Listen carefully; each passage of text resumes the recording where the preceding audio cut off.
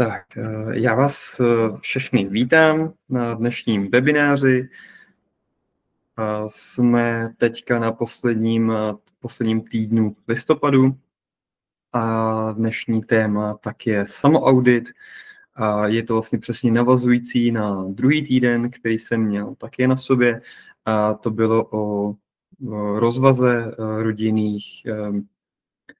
rodinných výdajů, co s nima, jakým způsobem pracovat s pravidelnými platbama. A dneska tak se podíváme na téma samorevize, která vychází z toho našeho celolistopadového projektu Klidu s penězi. Dneska tak mám pro vás taky jednu krátkou prezentaci, jenom kvůli tomu, aby byl nějaký vizuál, bude to víc povídací. A ukážu vám, jakým způsobem se dá ušetřit na penězích, na věcech, které nás stojí peníze a který vlastně tak někam posíláme, ale jakým způsobem to zefektivnit. Jo, všichni musíme někde bydlet, všichni potřebujeme si platit energie, všichni, řekl bych, používáme telefony, a velice velké množství dnešní doby používá streamovací služby a někteří lidé, většina lidí má alespoň jedno auto v rodině a další rodiny třeba mají nemovitost na hypotéku, další rodiny, pokud mají něco na hypotéku, znamená to, že vlastní nemovitost, tak mají pojištění nemovitosti a někteří mají rodinné domy a třeba je zajímá, jakým způsobem si můžu třeba zateplit dům a nechat si to platit třeba stát, anebo respektive dotované programy z Evropské unie. Další lidé mají třeba investiční nemovitosti a třeba daní víc, než by museli. A všechno jsou to vlastně věci, které by bez tak dělali. A není to prostě o tom, že bychom se v něčem škrtili, že bychom museli kupovat méně jídla, nebo méně kvalitní jídlo, nebo že bychom museli se ožilit, co se týče našeho životního standardu, nakupování jídla, jako jídel venku, cestování a tyhle ty věci, které prostě značí naši kvalitu našich životů. Já jsem se právě zamyslel, jakým způsobem tady ten náš listopadový projekt obohatit ještě o nějakou jako další myšlenku a vlastně napadlo mě, jakým způsobem ještě můžu vlastně spojit svoji profesi jako člověka, který s lidmi řeší jejich osobní finance a že vlastně jakoby denní bázi pomáhám lidem, ale jsou to vlastně vesměs takové věci, které vlastně řešíme v ten určitý daný určitý daný moment. Jo. A mě vlastně napadlo dát tyhle ty tipy, triky, nějaký know-how do jednoho webináře a to je právě ten dnešní. Mně to napadlo kdysi dávno, například ten webinář, ten minulý, co byl ohledně výdajů a fungování, vlastně fungování těch 3 účtů a práce s trvalýma příkazama, tak to už jsem vytvořil někdy v minulosti, ale tohoto je vlastně moje premiéra, co se týče právě toho, jak ušetřit na věci, které už dávno platíme, na služby, které platíme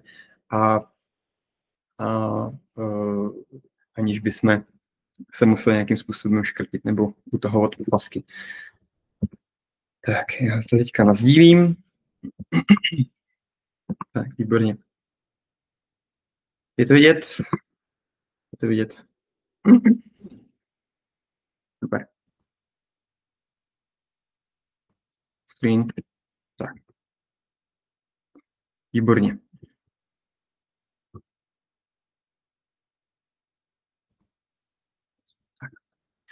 Výborně, takže ta dnešní filozofie, jak už jsem to jako nastínil, tak je vlastně o tom, že podmínka je, nebudeme se škrtit, nebudeme utahovat opasky, nebudeme snižovat svou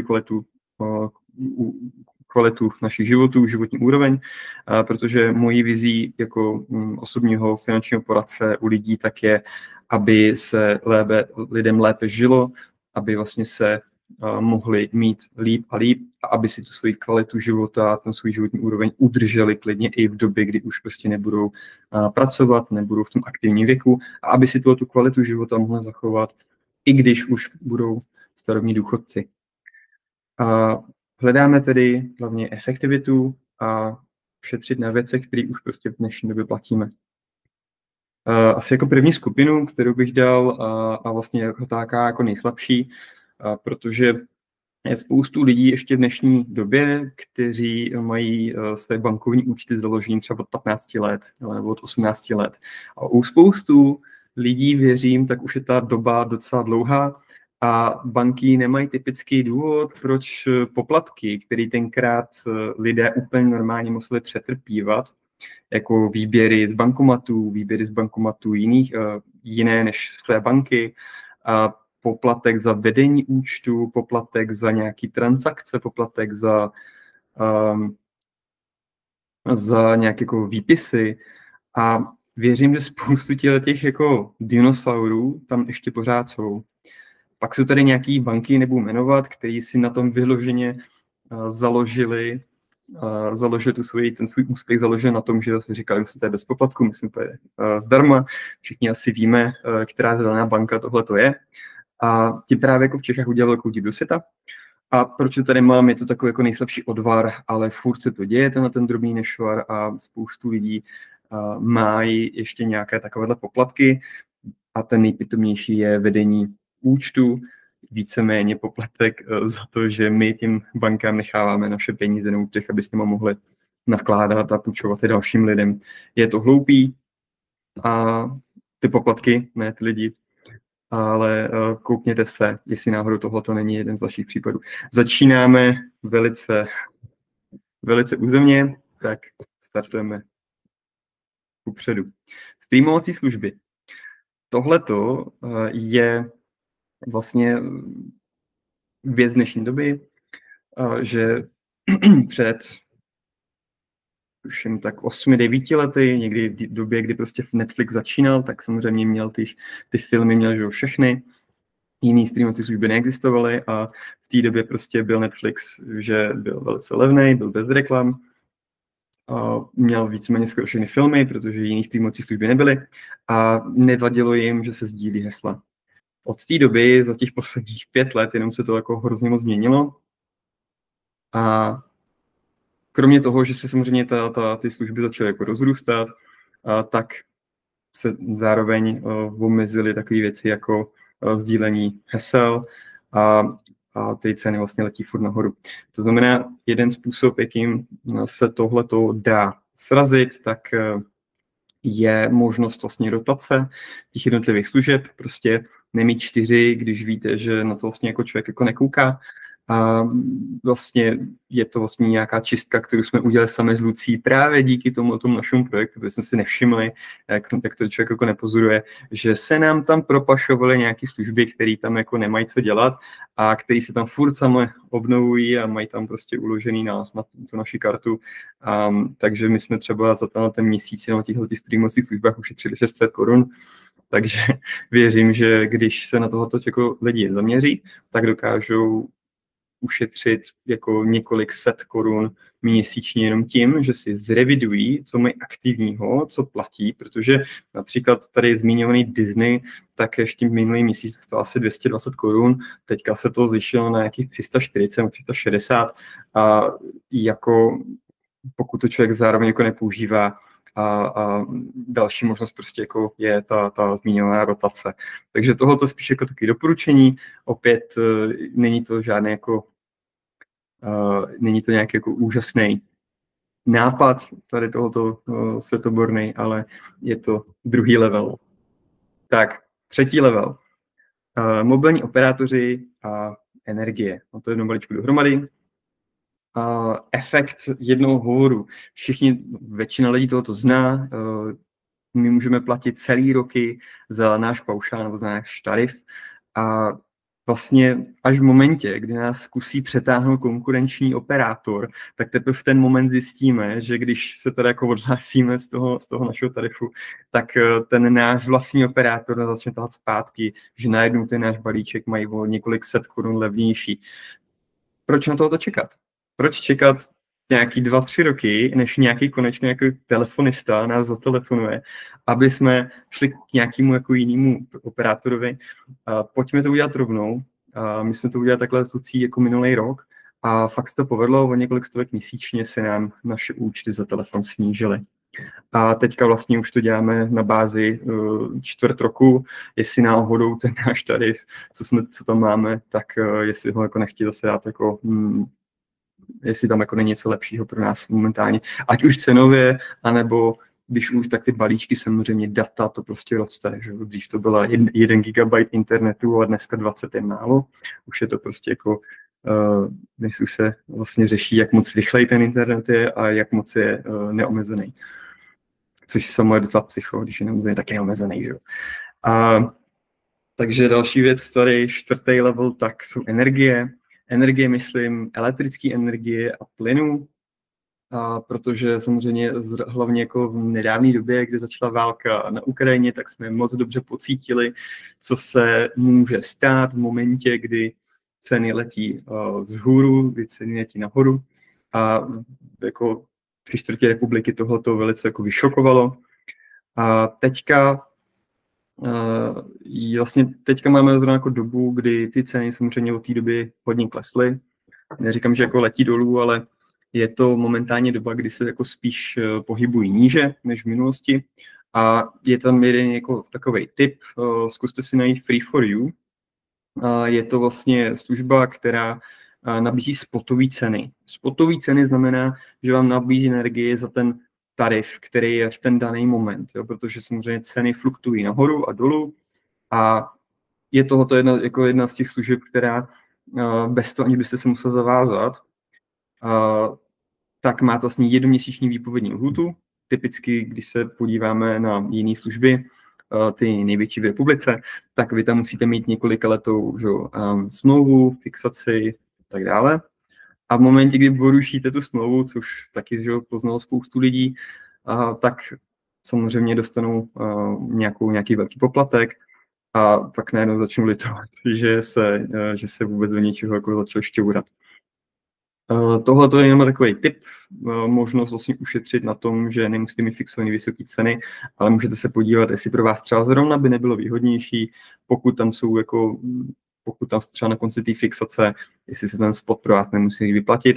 Dobrý na tom je, že v momentě, kdy ty ceny zase postupně půjdou třeba nahoru, tak vy si můžete vybrat nějakého standardního providera, standardního prostředkovatele energií a můžete si nějakou cenu zafixovat. Jo, ale do té doby tak je to vlastně ta zajímavá alternativa a to samozřejmě záleží, proto tomu říkáme samorevize, protože já nebudu nic revidovat za vás, revizi musíte udělat sami. A tak tohle je jeden z typů, jak ušetřit i 1000 korun měsíčně.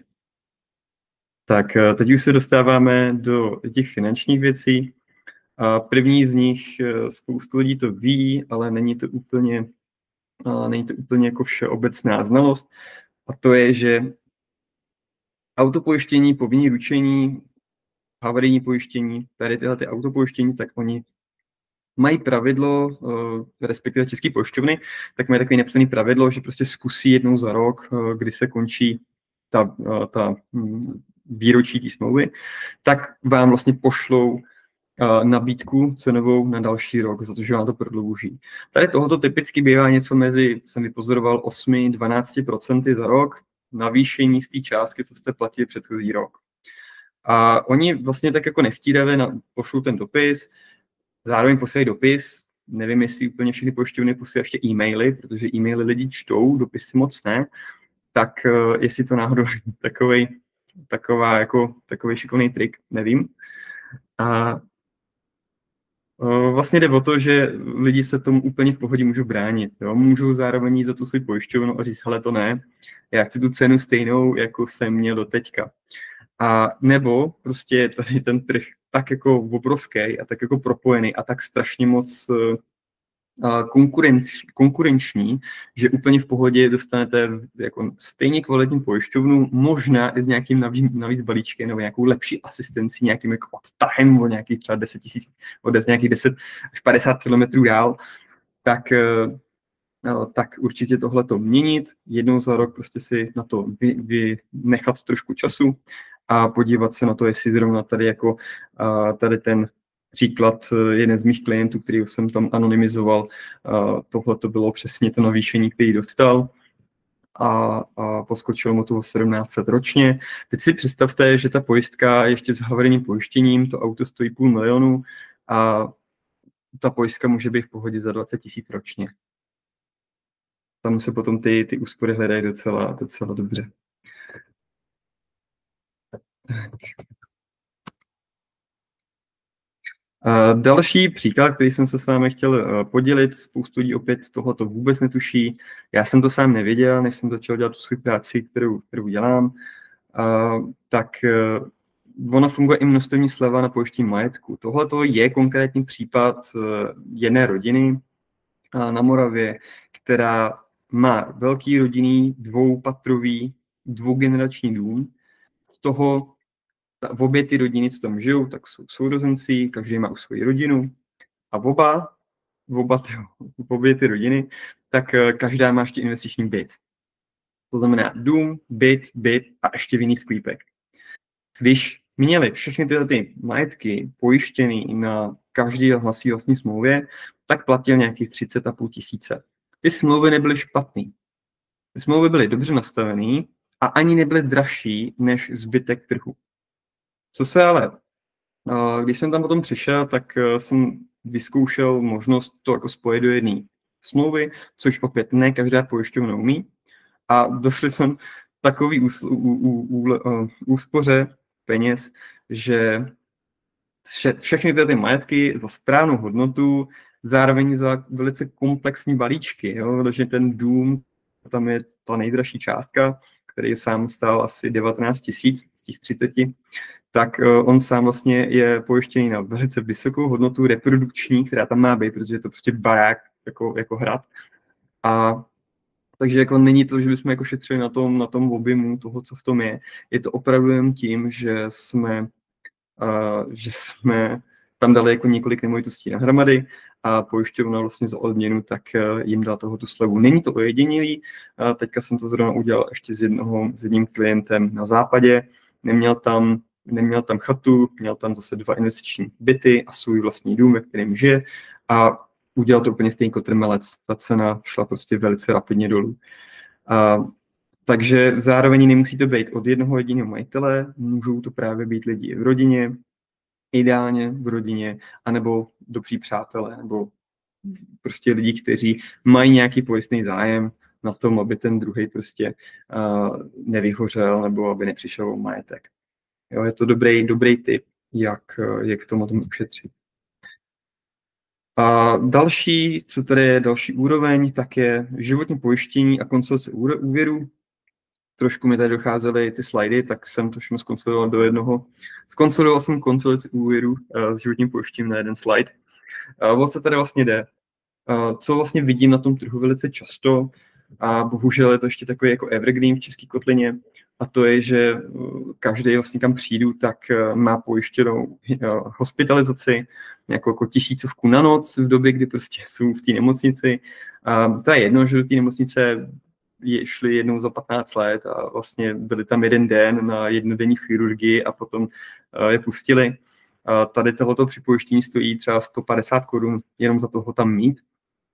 Z té měsíční částky, jo, lidi neplatí vysoké pojistky, ale je to třeba, nevím, 1000 Kč, jo, z toho prostě 150 Kč na hospitalizaci a 300 je tady velice slavný denní odškodnění úrazu, jo, DOčka. To znamená, mám nějaký úraz, upadnu, zlomím si nohu, zlomím si ruku, jsem na několik dní prostě vyautovaný, nemůžu chodit do práce a mám prostě AUI. Jako zaplatím za to 300 měsíčně, z celkový ty pojistky, která je třeba 900, a já dostanu bolestný třeba 5000 Kč.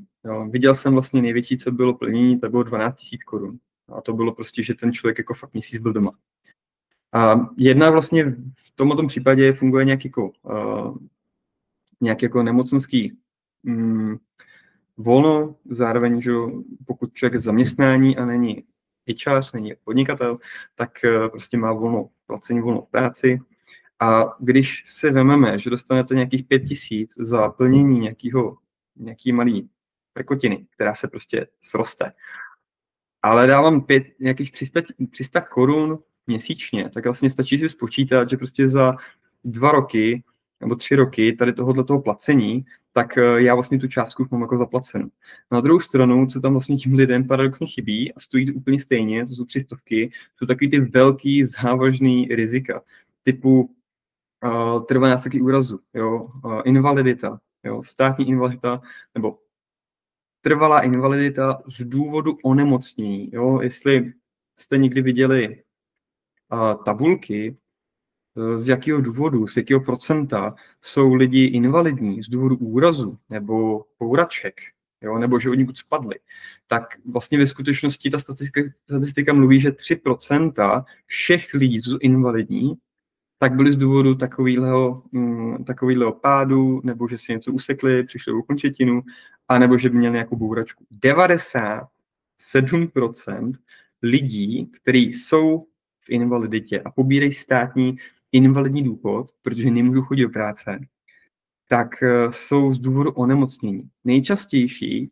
jsou tam duševní onemocnění, a nejen jako schizofrenie, nebo že by se prostě člověk jako zbláznil, ale velice často jsou právě z duševní onemocnění typu depresí. Bohužel je to fakt.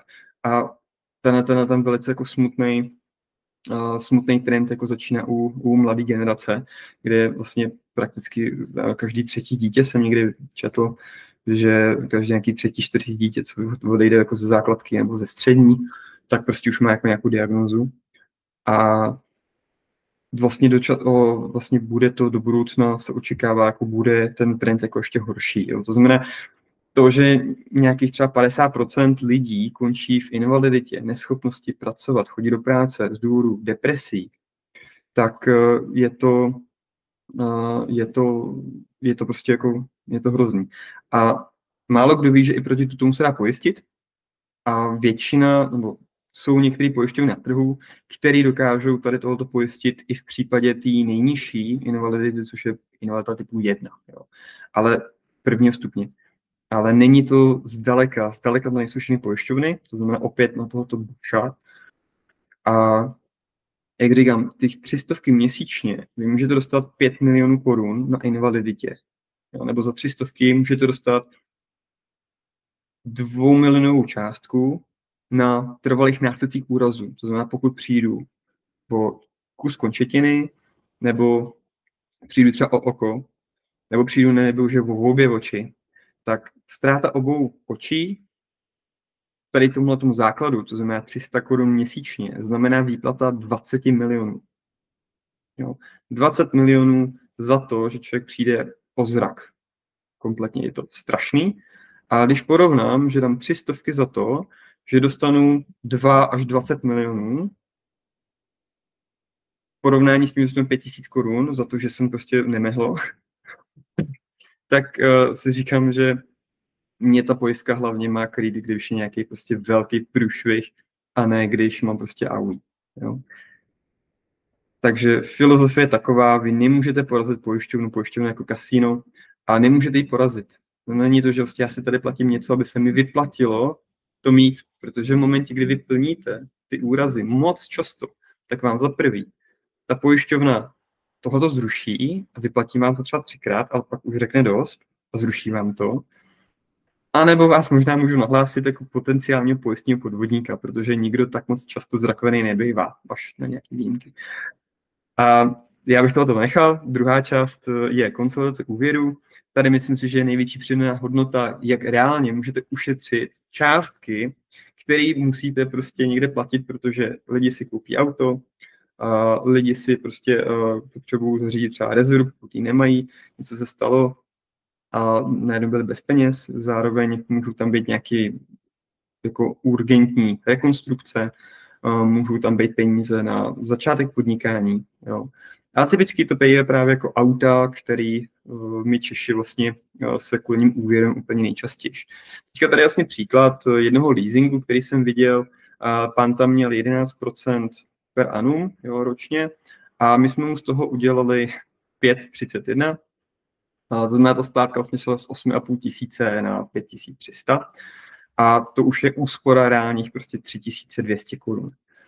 Ten důvod je zároveň i kvůli tomu, nejen kvůli té vysoké sazbě, ale to, že leasingy finanční tak nejsou na 10 let, ale bývají třeba 5-7 let.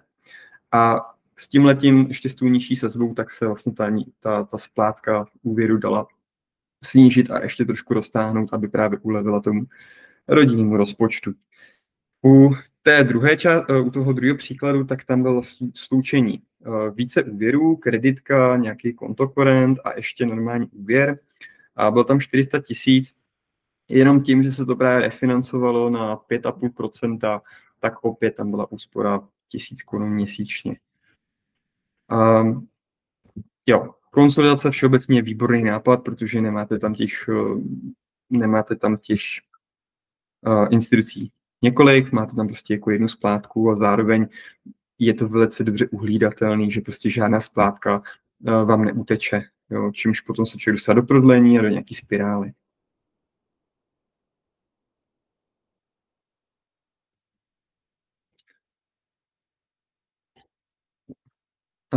Teďka je listopad 25. Máme teďka dobu, kdy sazby během posledních 2,5 let vytrvale klesaly. A vlastně v době, kdy byla vysoká inflace, jak už z důvodu covidu, pak se tomu přidala válka, měli jsme tady obrovskou inflaci, sazby byly vysoko. No a spoustu chudáků, kteří měli krásné sazby 2-3% z těch krásných božích let, kdy se tady prostě dalo koupit velice, velice levně, tak skočili najednou do vyšších sazeb. Jeden z takových rekordmanů, co jsem viděl, tak měl 6,9 a měl tam nějaký 4 miliony a jenom tím, a teď chci říct, my jsme mu to nemuseli refixovat, že jsme nemuseli jít a ten úvěr mu prostě jako přehazovat někam jinam. My jsme šli za tou jeho bankou a řekli jsme, hele, my se chceme domluvit, tady máte nabídku z jiné banky, je takhle moc dobrá a jestli si to klienta chcete uchovat, tak mu prostě nabídněte lepší sazbu. Bum, 4 000 měsíčně dolů. Žádný poplatek, neplatil ani korunu, víceméně stačilo otevřít pusu a vyjednat to. Jo? To samé jsme udělali u té druhé hypotéky 2,8, kde opět tam atakovala 6% sazba a tím, že jsme opět, bylo to asi o měsíc později v létě, tak jsme opět šli za tou bankou, zeptali se, hele, můžeme takhle snížit sazbu, jinak prostě jdeme jinam, jo? My tady máme prostě v tom trhu možnosti mu to prostě refinancovat a banka i takhle vysoký úvěr jako 3 miliony, tak prostě nechtěli o něj přijít. A úspora tam byla 2400 korun na měsíc. A pak ještě je další příklad. Těchto příkladů teďka mám kolem sebe hodně, protože zároveň teďka v této době končí asi 60 000 hypoték fixací, které byly fixovány vlastně buď před 3 rokama, kdy to bylo hodně drahý, anebo právě před 5 letama. A tady ty lidi právě je dost možný, že máte kolem sebe někoho, kdo přesně tohle jako zažívá, kdy měli prostě 2,20 a najednou skočí prostě do nějakých 4,5-5%, tak toho zase teďka děje asi 60 000 domácnostem. Takže to samý, jo, měli nějakých 5,70 a tím, že jsme to zase dorovnali trh, což v té době už bylo zase o něco nižší, bylo to teďka v říjnu, tak jsme skočili na 4,49 a prodloužili jsme jim to na další roky s fixací. Žádný poplatek, žádný tahanice, žádný katastr, prostě jsme to vyjednali. Úspora 4 000 měsíčně. Myslím si, že vlastně u tom, protože tady v těch hypotékách tak jsou největší objemy, tak je tam právě možnost jako nejvíce měsíčně ušetřit. Zároveň je to velice, velice nepříjemný, když člověk ze 2% najednou se procitne a bude mít prostě 4,8. Je to vlastně denní realita velkých spousty lidí v té době. Tak, mám tady ještě další slide ohledně dotovaných úvěrů. Slyšel někdo o dotacích na úsporám opravdu po babičce? My jsme teďka ten rok udělali rekordní počet dotací. Vlastně s mým kolegou v kanceláři, tak se specializujeme na dotace.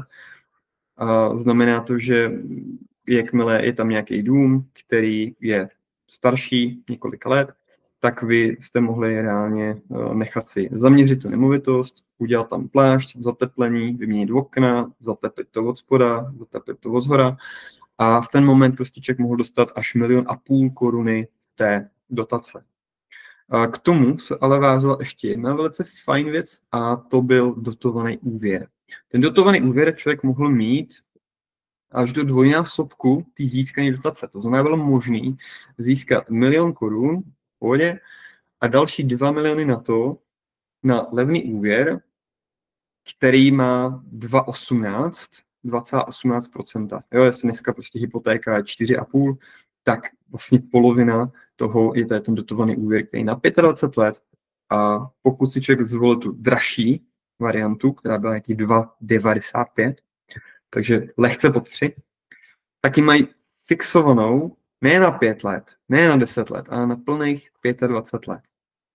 A jelikož tady ty úvěry, tak si člověk mohl vzít víc, než reálně potřeboval na to, aby mohl ten barák dát do pucu, tak pokud si vzal maximální úvěr, což je to, co jsme vlastně lidem radili, tak oni mohli vzít tady ten 1 milion, který byl plonkovej, a mohli uvořit hypotéku, která prostě v ten daný moment byla třeba 5,30. Jo. Tím pádem se jim vlastně ty peníze, které prostě dali, využili jedné bance, víceméně jako prohodili ještě do jiné banky, no jenže na téhletý si snížili tu splátku a na té druhé tak ta splátka byla jako poloviční. To znamená, s tímhletím obchodem tak si ušetřili nějaký 3,300 korun. Tak další věc, další tip, jakým se dá do budoucna, ani ne teďka, ale do budoucna, jakým se dá uspořit, je informace, kterou ani mnoho finančních hypotečních poradců neví. To, že prostě spoustu lidí jako dělá hypotéky, neznamená, že se orientují ve všech částech těch hypoték. Jo. Jedna věc prostě sledovat ten proces a prostě razítkovat a psát e-maily je jedna věc. Druhá věc je vyloženě strategizovat a zjistit, jaký ty podmínky můžou být v ten daný moment jako nejlepší. A tady je asi informace, že vy můžete na konci, respektive 2 roky předtím, než vám skončí vaše současná fixace, můžete požádat tu svoji banku, aby vám dala tu současnou sazbu, co se teďka na tom trhu nabízí. Jo, to znamená, vy si můžete zarezervovat tu sazbu, která teďka běží. To znamená, momentálně v některých bankách můžete dostat třeba 4,2. Jo, i když prostě třeba máte jako i nižší sazbu, pokud se vám to podařilo získat nižší sazbu, a teďka najednou by se stalo, nevím, může se reálně stát, a věříme, že to jednou nastane, akorát nevíme kdy, že ta inflace půjde opět nahoru. Jakmile půjde opět nahoru inflace, Česká národní banka zasáhne a zvedne základní repo sazby. Repo operace se zdraží. V ten daný moment vlastně i zbytek trhu chytí tady ten vítr a víceméně spoustu dalších úvěrů a financování, není samozřejmě bankovní financování, ale i investorské financování, třeba dluhopisy, tak vystřelí zase nahoru a může se stát, že to, co se vlastně stalo, že před 5 lety jste si mohli získat hypotéku 2,25% a najednou lidi, co nefixovali na 10 let, ale jenom na 5 let, tak skončili na 6%. Jednoduše. A aby se tohle nestalo, tak vy si reálně můžete zafixovat, terminus technicus, popletl jsem si termity, vy si můžete uložit tu sazbu 4,30 a počkat si, až vám skončí tady ta sazba a skončíte na 40,30. Není nějak velká pravděpodobnost, že se někdy dostaneme níž než 3,5%. Není to pravděpodobný. Jo? Takový ty sazby krásný 2,5% znamenají, že pokud by takhle byly někdy znova, tak se hypoteční celkově nemovitostní trh tak strašně moc zvedne a nemovitosti se tak strašně moc draží, že třeba moje děti za 20 let už nebudou schopný vůbec ani půjčených prostředků, ani žádných jiných prostředků, pokud nebudu mít cash, a nebo nebudu prodávat jinou nějakou nemovitost, už si prostě svou nemovitost nekoupí. Ani na tu hypotéku.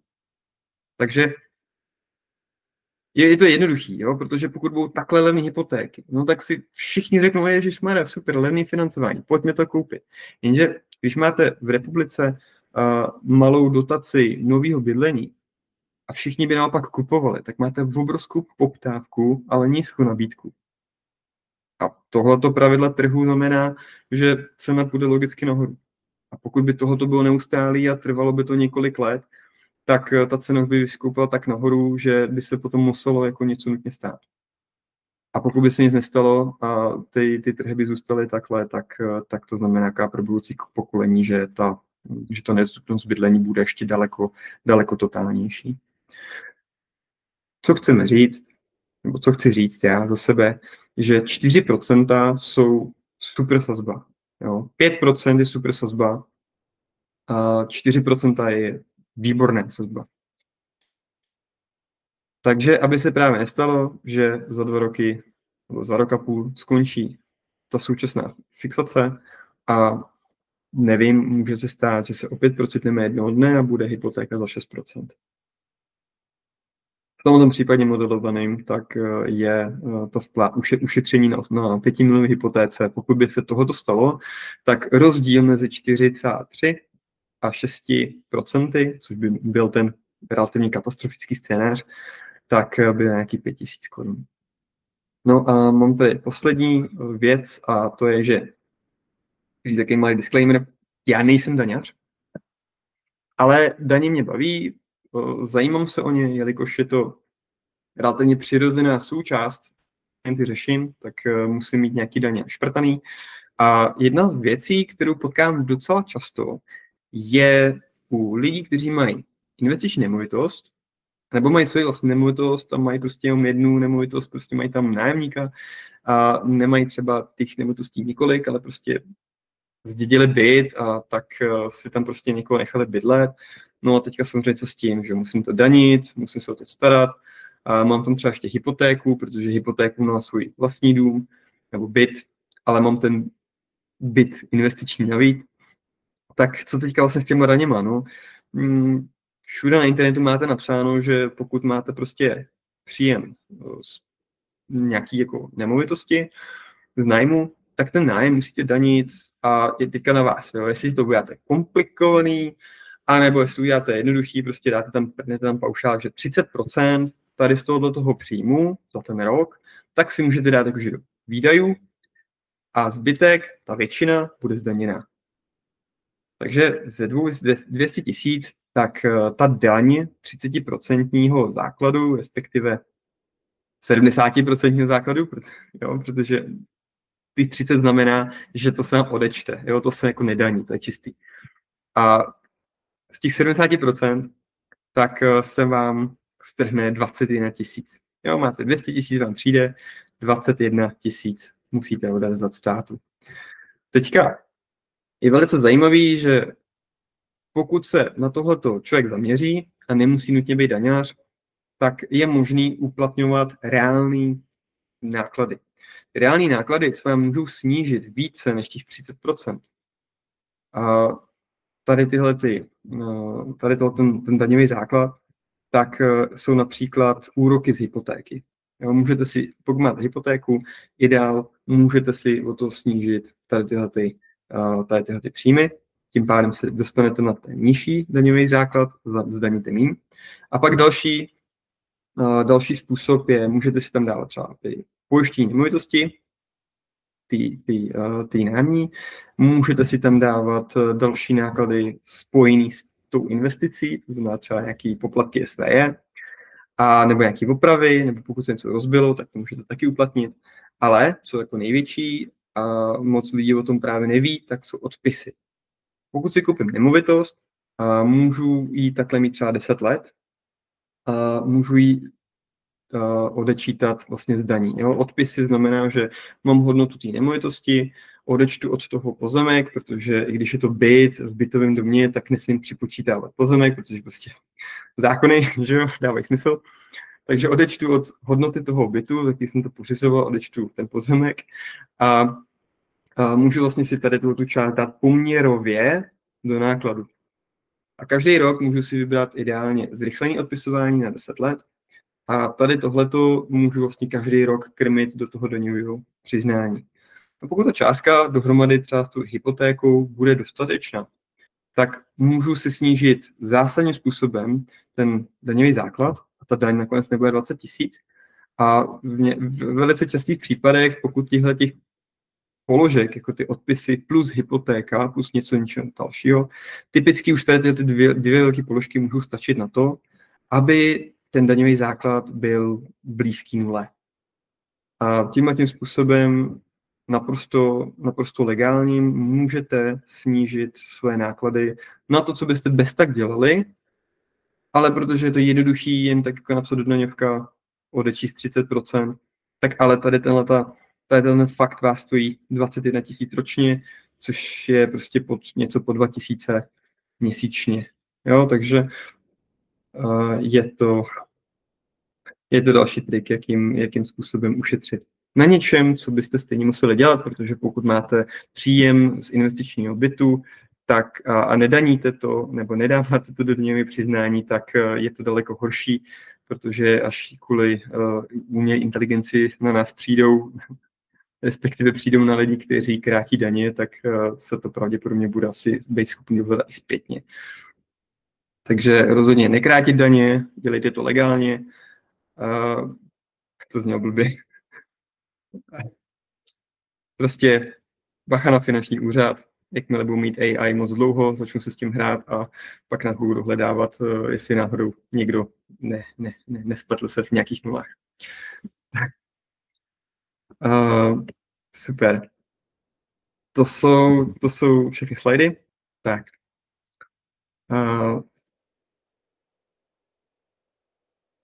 Toliko k tématu, jakým způsobem ušetřit na věcech, které bez tak musíme zaplatit. Takhle je to ze mě všechno. A pokud budete mít nějaké dotazy, tak mě můžete najít na odkaze na Facebooku, a případně na WhatsAppu. A můžete se případně doptat, pokud by to někoho zajímalo víc do detailů, a jaký ty typy triky vás třeba zajímaly a co vás překvapilo, nějaké jako zpětnou vazbu, budu velice rád. Tak jo, tak děkuju vám moc za to, že jste tady s mnou strávili tento čas a doufám, že to pomohlo a že něco z toho třeba využijete. Tak jo, tak mějte se moc hezky a na viděnou.